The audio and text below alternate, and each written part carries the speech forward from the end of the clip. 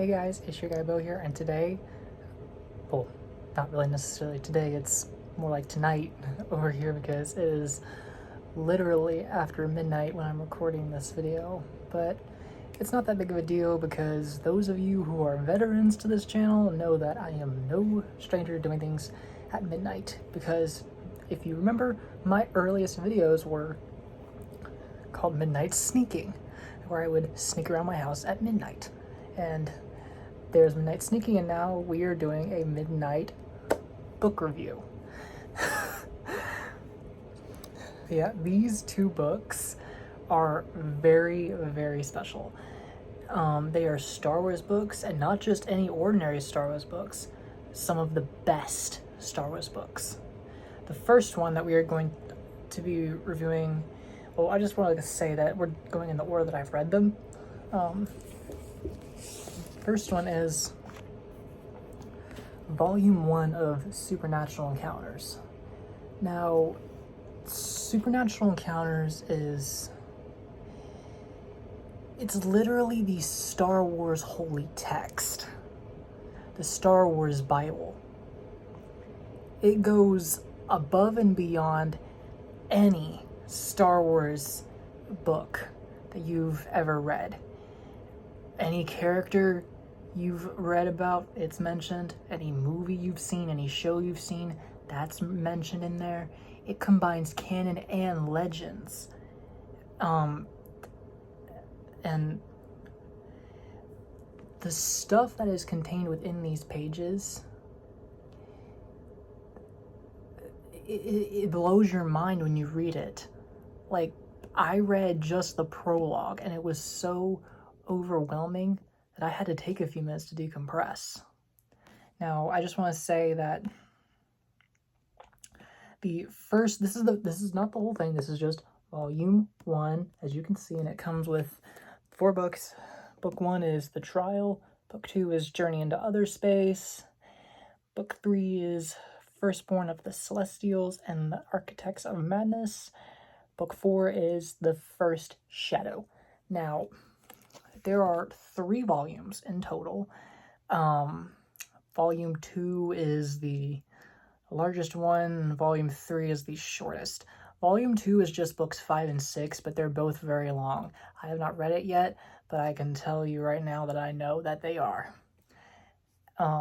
This took months to read. I just finished it the other day. I started reading it in March. That's how long I've had this. But yeah, I am putting Supernatural Encounters on the back burner for now, so I can focus on other books, because I have a lot of other books I need to read. But anyways, back to the book. Now, the stuff that's contained in these pages, when I say this, I don't mean this in any way disrespectful, but I recommend that you do not get Supernatural Encounters unless you can call yourself a Star Wars expert, because this is only for the top tier fans of Star Wars. Only the most knowledgeable ones can understand it. And even it's like a foreign language, almost. Like, there are words and things that you recognize, but you can't fully process the whole, or understand the whole thing. And my friend, she is part of a group of people who do live streams covering each book of Supernatural Encounters. And if you can't process, like, if you don't understand something, you watch those streams before you go into the next book. And those streams are like, with my friend and her colleagues, they're like the translators to this foreign language, where they go over in detail what's happening in each of the books. They break it down, and then they figure out its origins. But yeah, it's literally like a foreign language, where this book is speaking in a different language and we don't speak it. While we recognize some things, we don't fully understand, and so we have to get other people to explain it for us. That's what this is. But yeah, it's super lit. The Revanchist Supernatural Encounter live streams are the ones to watch. I've watched them, and they've helped me a lot, because I don't fully understand this. Basically, when it comes to Star Wars knowledge, the Wikipedia is of garden hose. Supernatural Encounters is Niagara Falls. That's how much knowledge is contained within these pages. Now, Volume 1 alone just has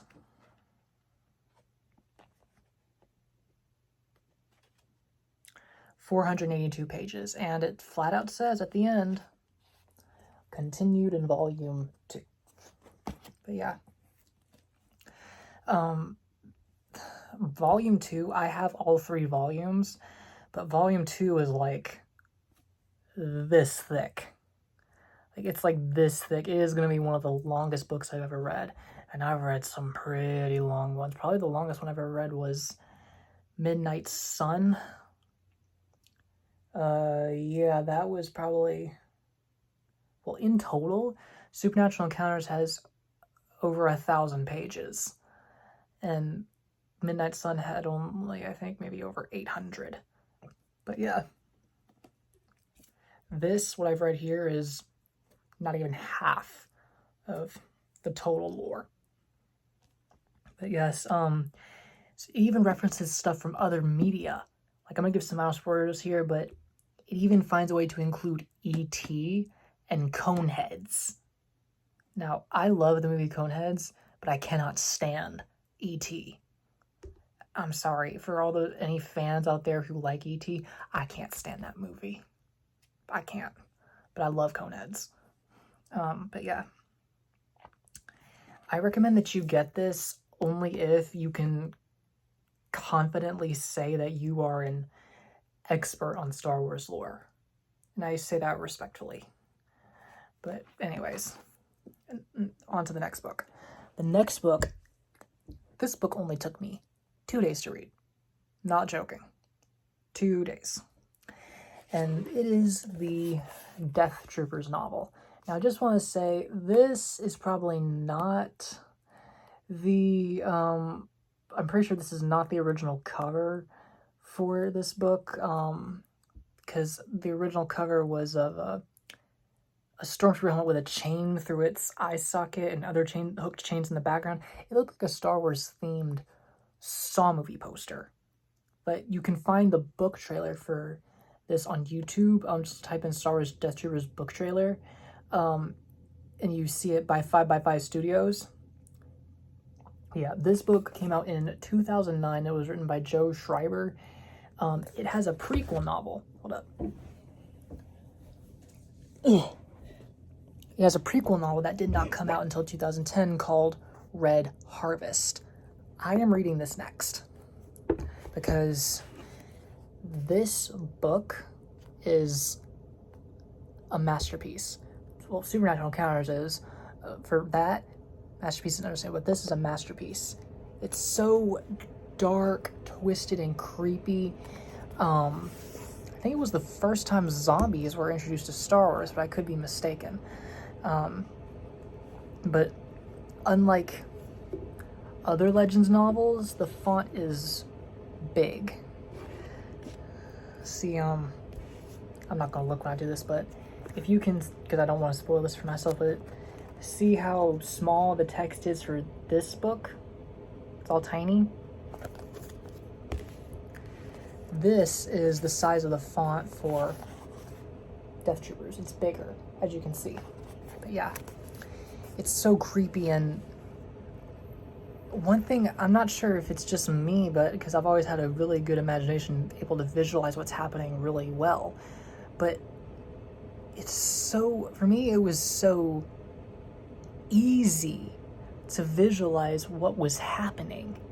Like, while I could imagine, like, the characters, like, I could imagine, like, the setting. I'm pretty sure, like, I wasn't imagining it accurate, but I was imagining it accurate enough. But this whole time I was like, oh, man. Like, it was literally so easy to read. But I will say, this book, it's kind of like, it's almost like if Star Wars took a Resident Evil approach. Take that as you will. But after reading this, I need a movie.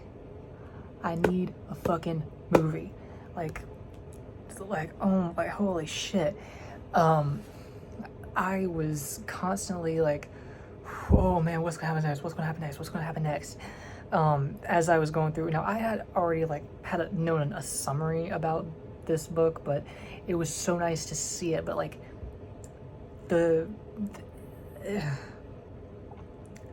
like all zombie things, it starts with like a Z virus being developed, goes haywire, gets everywhere, and you can figure out the rest. But like the shots where like when it talks about the zombies, like I can actually see what's happening in my head. And like the scenes where there's always a lab scene where you go into the lab and see all the fucked up stuff that's going on. I could visually see those, and it took me, like, I had to reread a few sentences, but yeah, like I could see what was happening, and in my mind I was like, whoa, it's like I was watching a movie in my mind. And I can tell you right now, if there was a movie for this book, it would be rated R. It would most definitely be rated R. And there actually is a very prolonged reference to this book in the Ahsoka series. I'm not going to say where. Y'all can figure that out yourself. But yeah, I'm pretty sure they're not gonna create a movie for this, but maybe there will be a fan film adaptation, like there was for Legacy of the Force Invincible. Who knows? But yeah, this book came out in 2009, but Red Harvest, the prequel novel, came out in 2010. But Joe Schreiber also wrote Mall Lockdown, and that novel contains like the vessel Purge, which is used in this book. But in chronological order, it's like you don't have to read Mall Lockdown. It's not essential this, but this comes first, then Mall Lockdown, and then Death Troopers.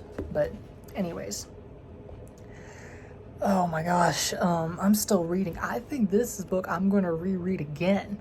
Like, I don't think I reread parts of books before, but this one I'm going to reread again, start to finish. There's only...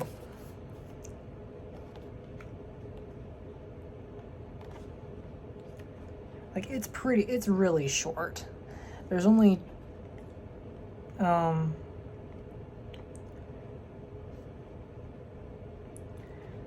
265 pages. Oh wait, hold up. No.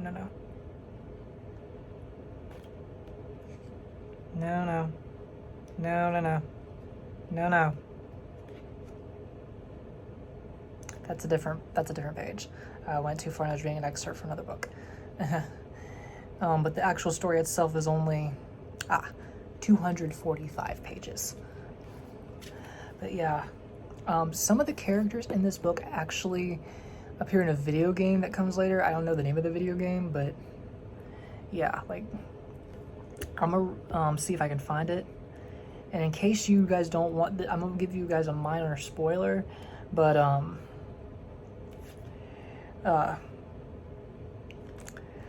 gonna click away from this video now because I'm about to read a part of one of the chapters, like towards the end of one of the chapters.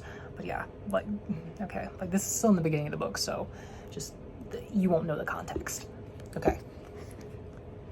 Checking out the biolab, no matter how boring it turned out to be, would have been an improvement on that. But the biolab wasn't boring. The first thing Armitage noticed as he'd stepped through the hatchway was the vat. In many ways, it was the only thing he saw, because after he simply stopped looking,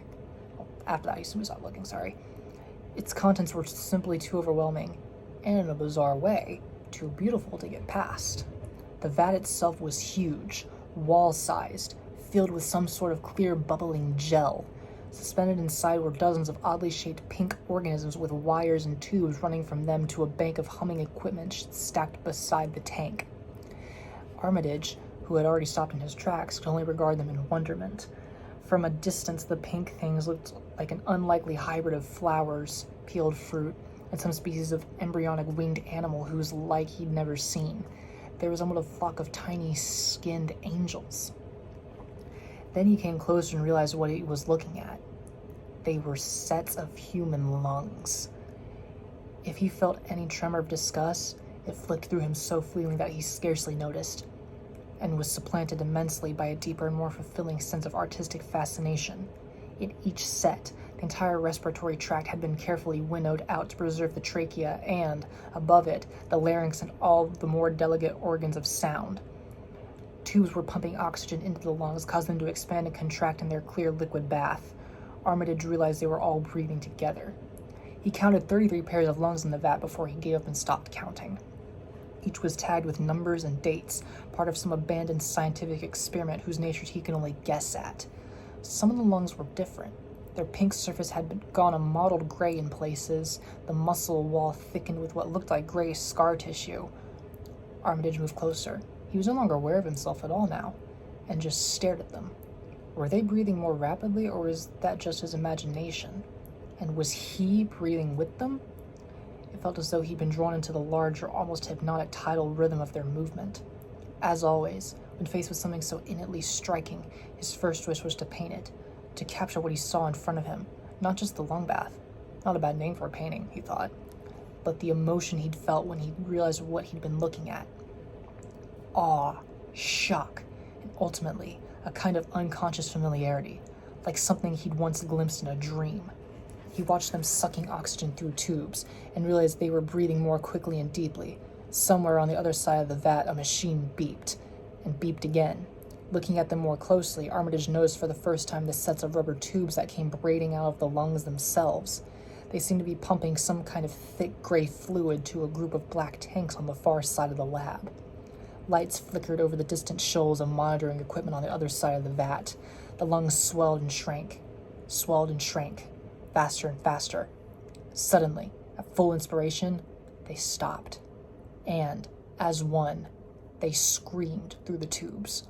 It was a high buzzing shriek that rose up and then slowed down, and it sent Armitage staggering backward with its intensity. Never in his life had he heard such a scream.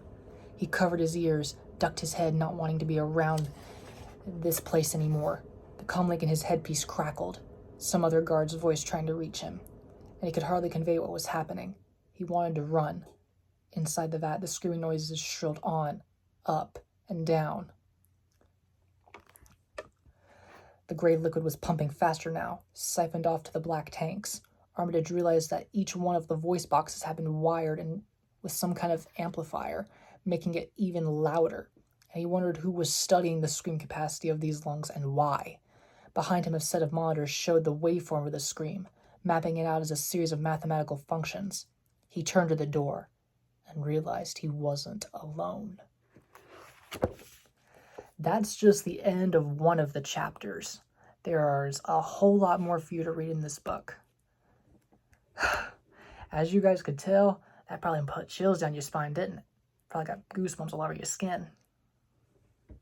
But I actually did not get this at Books A Million like I did Red Harvest. I actually found this at Barnes & Noble, so I think that's where you should go look to get it. But yeah, I highly recommend you read Death Troopers, read Red Harvest, and if you're an expert, read Supernatural Encounters, or even if you're not, go ahead. I'm not going to stop you. But the expert part is just more of a suggestion and my advice. But yeah, these two books are true works of art. And I am so glad I got to read them. Especially Death Troopers. Oh man, what I would give to see all that stuff on screen. But I don't think Disney would do that. But yeah, I can't wait to get into Red Harvest. I'm not sure if I'll do a book review on it. I might not. But yeah. Well, that is all for this time. Make sure to like, comment, and subscribe, and I will see you guys in the next video. Bye-bye.